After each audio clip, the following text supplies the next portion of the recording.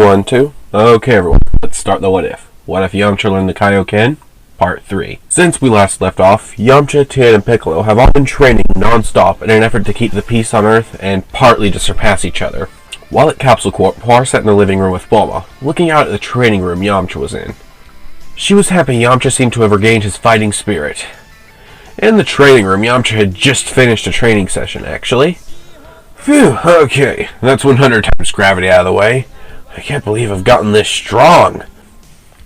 Not long after, Vegeta actually landed on Earth, and when he did, Yamcha was outside ready to start a fight, if need be. But before anything could happen, Bulma stepped in, and brought Vegeta to Capsule Corp to take a shower, and just get situated before he did whatever it was he came here to do. He had actually come to Earth to find Goku, and was upset to realize he still was nowhere to be seen. It was not long after Vegeta got situated that he started to feel something. That's Frieza's energy! Yamcha was stunned, and after sensing the strong power, he immediately flew off to the landing site. When they arrived at Frieza's spaceship, however, they saw the others looking on in amazement. It's Goku! Vegeta then pushed Krillin out of the way, and sure enough, he saw a golden-haired Goku standing in front of King Cold and a terrified Frieza, who had most of his mechanical bits busted. Now leave! Goku shouted.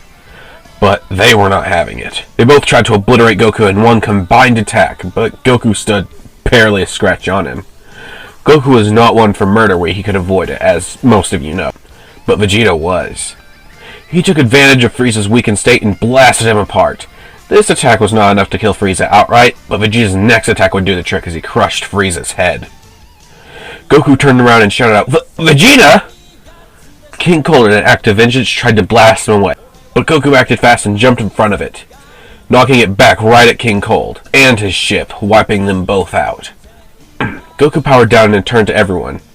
Goku ran forward to meet everyone once again after a year apart. With Goku returning, things seemingly went back to normal. Vegeta left into the reaches of space, but not before doing you-know-what with Bulma. Yeah, sorry to say that Bulma and Yamcha still broke up in this timeline. They were just together because they were in that reckless teen phase, and they were well past that now. Then, one day, Goku actually sensed Yamcha use the Kaioken. Wow! Yamcha's improved! And, seeing as they had the move in common, he thought it might be a good idea to spar with Yamcha for a bit. Sure, his main training buddy was Piccolo at the moment, but he could often come off as cold. Surely sparring with his old buddy Yamcha would be a lot more welcoming, and maybe a bit more fun. Over the course of 2 years, Yamcha and Goku sparred from time to time. Not intensely or anything, but they still did enjoy a good spar here or there. But by the end of that second year, something terrible happened. Goku had contracted a heart virus, and despite Bulma's best efforts, he ended up dying. This had its impact on everyone. Yamcha, Krillin, Tien. However, not long after Goku's death, Bulma actually saw something on the news. 2 people were ransacking South City. Yamcha, who was just walking through the living room at the time, nodded and flew off immediately to gather everyone else. With Goku gone and Vegeta nowhere to be found, he was the Earth's strongest defender, with Piccolo not falling far behind. But even he knew he might need a bit of help. And after they arrived, they found 2 teenage figures with immense power. Although they could not sense their energy, they could tell by the fact they were blasting away buildings. They were rampaging in the city, and suddenly Yamcha shouted out, "Why not take us on instead of some helpless pedestrians?" The 2 turned around and smirked. "Okay, sis, which one do you want to take on?" 18 pointed to Krillin and Tien. "I'll take the dwarf and the Triclops." 17 stepped forward. "Then I guess that leaves me with Demon and Wolf Boy." Yamcha and Tien tossed aside their weighted clothing immediately and got ready for a fight. The androids just outright decimated everyone. After some smoke was kicked up by a light blast, Tien decided to split himself in half and sent his other clone to a discreet location. This had its noticeable effect on him in combat. "Hey, 17, I'm getting bored. Can we switch? These guys are so weak." 17 blocked a punch from Piccolo and kicked him away with ease. "Yeah, I'm starting to feel that way too. These guys are not much stronger than the ones you're fighting." Yamcha shouted out, "Think so? Well, try this on for size. Kaioken times 20! 17 was stunned at this newfound speed. Whoa, the Kaioken? But only Goku should be able to use that. Yamcha landed a solid uppercut and fired off a quick Kamehameha blast. But as the smoke dispersed, 17 was revealed to have blocked the attack with ease. Not bad, but not good enough. He kicked Yamcha out of the Kaioken and into a building. As all seemed lost, Tien thought he might have to pull out his trump card early, but all of a sudden, Vegeta appeared. Well, well, well, look who just got their ass beat. He looked at the hole in the wall where Yamcha was currently pulling himself out of. Oh great, like I didn't have enough problems. Vegeta mockingly turned to 17 and said, Well, how about you fight a real warrior? 17 said, Oh, Vegeta, I suppose I could waste a bit more time. However, after kicking Krillin away, 18 butted in. Yeah, no, sorry, you've clearly been fighting the stronger warriors this entire time. I think it's my turn. 17 raised up his hands and just stepped back. Fine, have at him. Guess I'll keep fighting the guy I just flung into a wall. Yamcha shouted out, Kaioken times 20! 17, rather bored, asked, Can't you do like times 30 or something? Yamcha shook his head. Even if I could push it further, I would definitely not have the stamina to maintain it for long. 17 shrugged and started to clash for a bit. And while it all seemed pointless for a bit, that is until Vegeta revealed he actually had Super Saiyan. And when he transformed, everyone looked on in shock. Vegeta's newfound Super Saiyan form had provided quite the show, and even managed to damage 18 a bit, putting her on the back foot from time to time. But in the end, she ended up defeating him with relative ease. Vegeta did not accept defeat in the slightest, however, still trying to win even with a broken arm and a few shattered ribs. Tien, however, saw that 18 and 17 were getting severely bored. Yamcha had already ran out of steam a while ago, and they had already used up most of their Senzu beans. Tien knew that if he was going to finish this, it had to be now.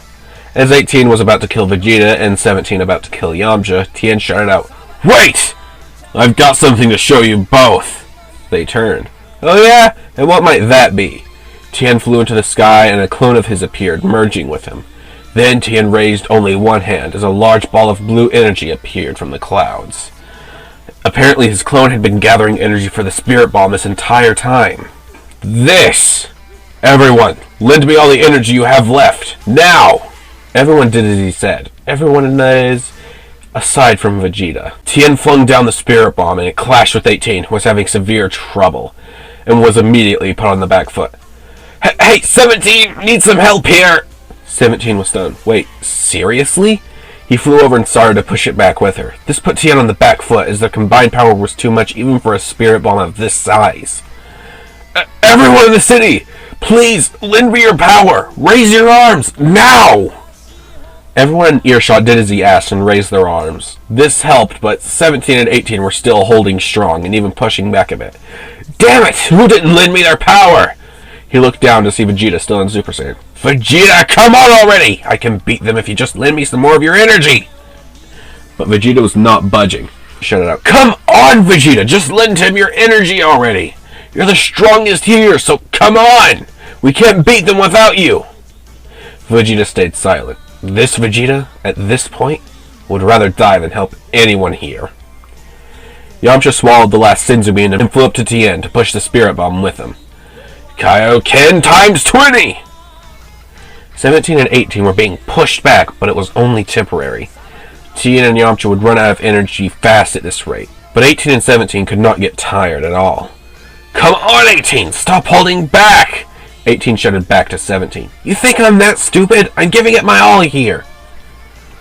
Piccolo and Krillin used the last of their remaining energy to jump up and push the spirit bomb back with them. But it was not enough. Over the course of about 3 minutes, Yamcha fell out of the Kaioken, and soon after lost his footing. Next came Tien and then Piccolo. Surprisingly enough, Krillin was the one to push the final stand with the spirit bomb to no avail. The spirit bomb was pushed back on them. Damn it, Vegeta! Yamcha was shouting. If I make it out of here alive, I'm gonna kill you! The spirit bomb and a blash of blue light enveloped them all. Afterwards, the androids looked to Vegeta. Well, well, I'm gonna be honest here, Prince. I never thought you'd put pride above your own life. Vegeta scoffed and said, Don't think I'm out of this yet. He jumped up in fury, but 18 easily dodged and chopped off his head. Chaozu hid in terror and waited for them to leave. Tien had told him to stay back, just in case things went south and they needed him to heal. After the androids left, he ended up rummaging across the rubble, seeing if he could save anyone. Piccolo got the worst of it, with almost nothing left but bits of green flesh and a skeleton. Krillin was recognizable at least, but half his torso was missing. Eventually Chaozu came across Tien, who looked pretty dead, but was in one piece, so Chaozu might be able to heal him if he tried. He mended bone and organ tissue with his ki, eventually managing to get Tien to breathe. Chaozu was pretty much drained of all he had, but stumbled around before finding Yamcha. Yamcha was unconscious, but alive? Hell, he was well, in fact. He almost didn't have a scratch on him, save his arms and legs, and probably a few broken bones. As he got closer, he saw Yamcha's shirt and pants were actually scale-like. And not 20 seconds after finding him, Yamcha woke up rubbing his head. After looking around a bit, he felt his chest. Oh, right. I forgot I had this on. Thanks, Princess Snake. Chaozu, how is everyone else? Did they, Chaozu looked like he was about to cry as he told him. Piccolo and Krillin died to the spirit bomb, and Vegeta got his head cut off by one of the androids. I managed to save Tien, but just barely. Yamcha flew over and picked up Tien immediately after spotting him. Thanks, Chaozu. We can mourn Piccolo and Krillin later. Right now we need to save Tien. Do you have enough energy to fly, or... Chaozu shook his head. He didn't often walk unless he needed to, and right now, he needed to.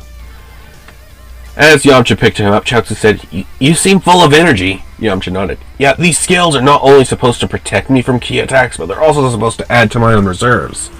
I'm not sure how it affected me with spirit energy being involved, though. Yamcha flew off at top speeds, heading to Capsule Corp. On the way, he was panicking inside. He tried his best, he trained his best, and still, even with everyone else's help, he lost. Yamcha could not stop blaming himself. If he had just trained harder, he could have won. That's all he could think about. Yamcha's initial motivator, that driving force of, I have to get better, I have to be better, was now his worst enemy. He felt like not only had he failed himself, but all his progress and past achievements meant nothing after this one loss. Having said that, I think I should end the video here. So good luck with tomorrow and every day after.